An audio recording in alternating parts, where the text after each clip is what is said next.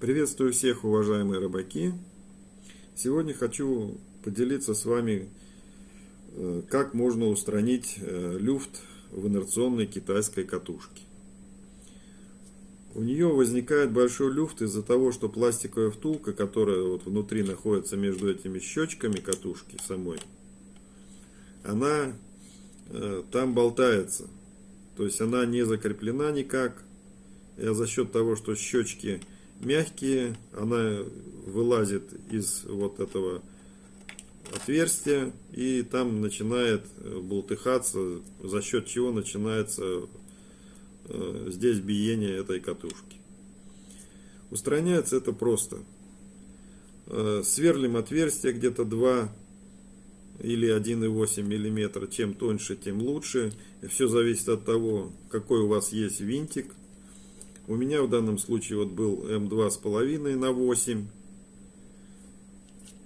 И этим винтом заворачиваем его в это отверстие. Он сам нарезает резьбу там в пластике.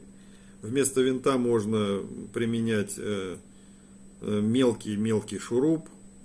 Или вообще на некоторых катушках, у меня их несколько, я вообще просто забивал туда гвоздь, и эта шляпка здесь притягивала, там держалась прекрасно, его склеим.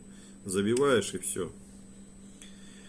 Так как после заворачивания головка этого винта, даже она если и потайная, она все равно здесь торчит. И при наворачивании вот этого колпачка, он будет задевать за эту головку и мешать вращению катушки. Для того, чтобы этого не было, наворачивайте на оську низкую гайку, которая отодвигает этот колпачок, и он уже не мешает вращению. Вот такой простой способ. Рассмотрим дальше еще следующую катушку. Есть еще вот такие катушки. Вот я ее разобрал, чтобы было, так сказать, видно. У этой катушки недостаток в том, что когда ее покупаешь, у нее вот этот язычок, который входит в зацепление с храповиком, он развернут под 90 градусов, то есть по отношению к вот этой планке. Из-за этого он очень плохо входит в зацепление с храповичком. И когда там подсекаешь, дергаешь, это все вылетает, и катушка сама по себе крутится. Берете и спокойно его слегка разворачиваете сюда, вот в эту сторону. Сюда. Чтобы он входил как раз в этот вот храповик, так как надо.